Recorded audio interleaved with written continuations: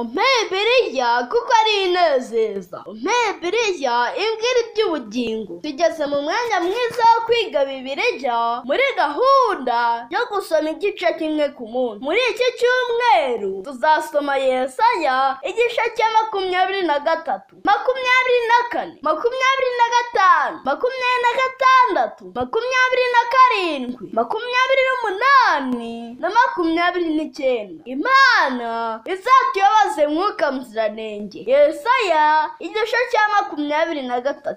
Itiro harimbuka. Itiro hari mu majyaruguru ya Isirayeli. Bari bafite umujyi ukomeye mu nyanja no ku butaka. Hazaga guparika amato azanye ibicuruzwa avuye mu bihugu bya kure. Tiro rishyize hejuru cyane kubera ubukire bwinshi. Imana yategetse ko harimbuka akamara imyaka 70. Imana niyicisha bugufi abibone, kandi izi igihe igihano itanga kizarangirira. Imana yatangaje ko Tiro izongera kuba umujyi munini, ndetse ubutunzi bwabo bakajya babwubahisha Uhoraho. Nimureke tujye duhimbaza Imana. Yesaya igice cya 24. Uko urubanza rw'isi ruzaba rumeze. Yesu araduhamagarira kureba uko urubanza Imana izacira isi ruzaba rumeze. Abantu bose, abakire n'abakene, abaturage bose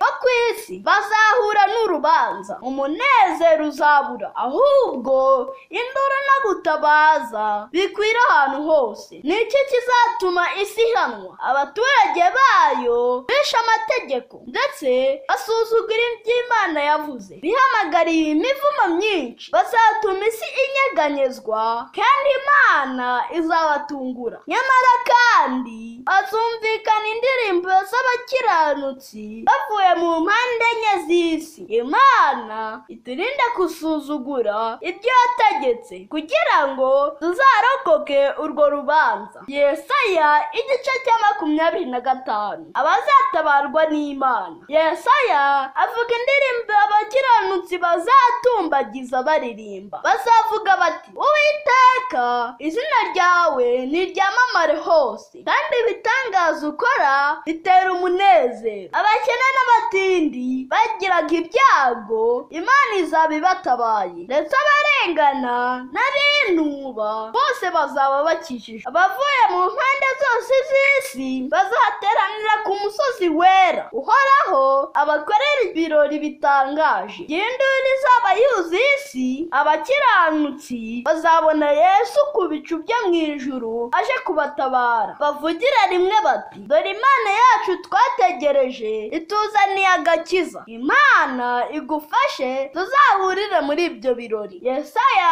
igice cya 26. Amahoro y'abiringira Imana. Iki gice gikomeza kivuga indirimbo z'abacunguwe. Ijuru rizakingurwa maze abakiranutsi baryinjiremo. Umujyi ukomeye kandi wera w'Imana, ibirenge by'abatishoboye bizawukandagiramo, kandi abakene n'abatindi bazaguturamo. Abacu bapfuye bazazuka, kandi abaremerewe n'ibibazo byo ku isi bose bazahabwa agahenge. Tuzajya tuganira n'Imana tuti, Uwiteka Nyagasani, mu nzira y'amategeko yawe niho twagutegerezaga. Imitima yacu igufitiye inyota. Igihe kiraduhumuriza kandi kikadukomeza. Igihe tukiri mu isi, Imana izaturinde tube amahoro masa kugeza igihe ijuru rizakinguka. Yesaya igice cya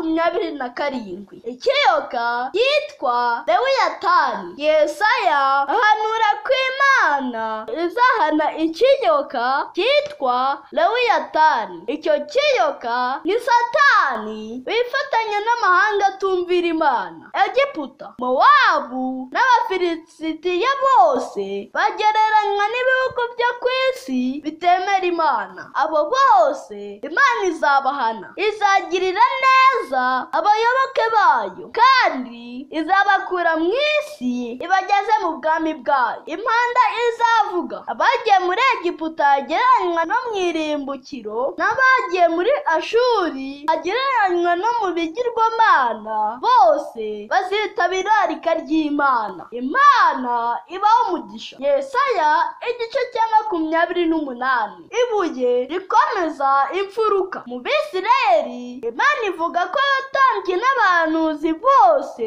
bari abasinzi. Abantu bose bari barateye Imana umugongo. Ivuga ko izazana ibuye rikomeza imfuruka. Ni Kristo uzaca imanza zitabera, kandi abantu bose azabaha agakiza k'Imana. Abishe mu binyoma bose azabakuramo. Isezerano twasezeranye n'urupfu azarisenya, maze abaturage bose bibereho iteka ryose. Yesaya igice cya 29. Umujyi wa Dawidi. Umujyi wa Ariyeli ushushanya Yerusalemu. Niho Dawidi yabaga n'ingabo ze. Abayuda bahimbazaga Imana mu magambo gusa, ariko bitavuye ku mutima. Bagiranaga inama zo gukora ibyaha, maze bakibwira ngo ntawe ubareba. Imana irabaza iti, mbese umubumbyi yayoberwa ibirebana n'ibumba byose?